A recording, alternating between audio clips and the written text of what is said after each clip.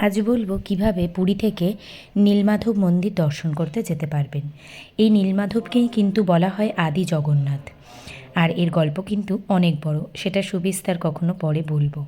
তো আমরা পুরী থেকেই একটা গাড়ি বুক করে চলে গিয়েছিলাম নীলমাধব মন্দিরে। আর এই পথে যেতে গেলে তিনটে দর্শনীয় স্থান আছে, সাক্ষীগোপাল, আর একটা রাম মন্দির আছে, আর নীলমাধব মন্দির। অনেকটা দূরত্ব থাকায় সকাল সকাল বেরিয়ে পড়বেন, ফিরতে কিন্তু বিকেল হয়ে যাবে।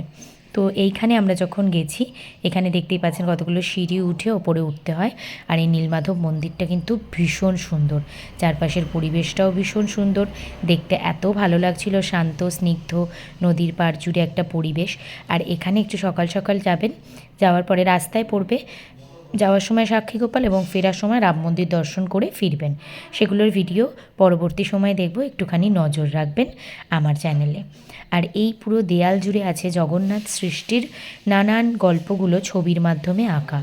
এটার একটি ভিডিও আমার দেয়া আছে চ্যানেলে, পুরো ওয়ালে কত সুন্দর সুন্দর ডিজাইন এবং আঁকা দিয়ে বোঝানো হয়েছে, ওইটা একটুখানি দেখবে।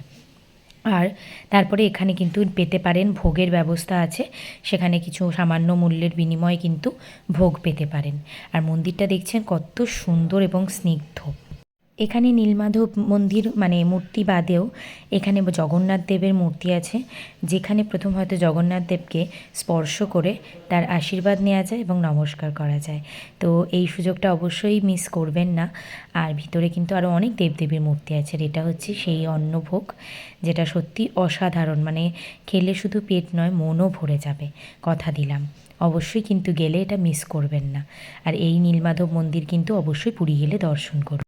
হাতে একদিন এক্সট্রা সময় নিয়ে গেলে অবশ্যই এই নীলমাধবের মন্দিরটি দর্শন করবেন।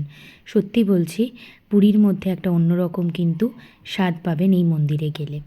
আর এই মন্দিরে কথিতই আছে, প্রথম কিন্তু জগন্নাথদেব এখানেই দেখা দিয়েছিলেন এবং এখানেই পূজিত হয়েছিলেন। পরবর্তী সময়ে সেটি পুরীতে নিয়ে যাওয়া হয় এবং পুজো করা হয় পুরীর রাজার আদেশে। কিন্তু এই মন্দির কিন্তু আদি জগন্নাথ দেবের মন্দির।